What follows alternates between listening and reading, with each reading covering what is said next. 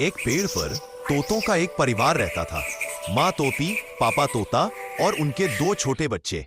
वो हर सुबह मिलकर उड़ते, खाना ढूंढते और शाम को अपने घोंसले में लौट आते।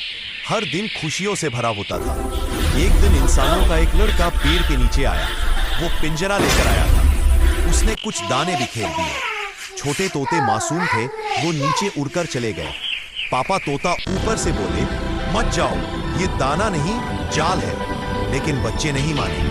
थोड़ी ही देर में वो फंस गए। लड़का उन्हें पकड़कर ले गया। माँ तोती और पापा तोता ऊपर से चिल्लाते रहे, पर किसी ने नहीं सुना।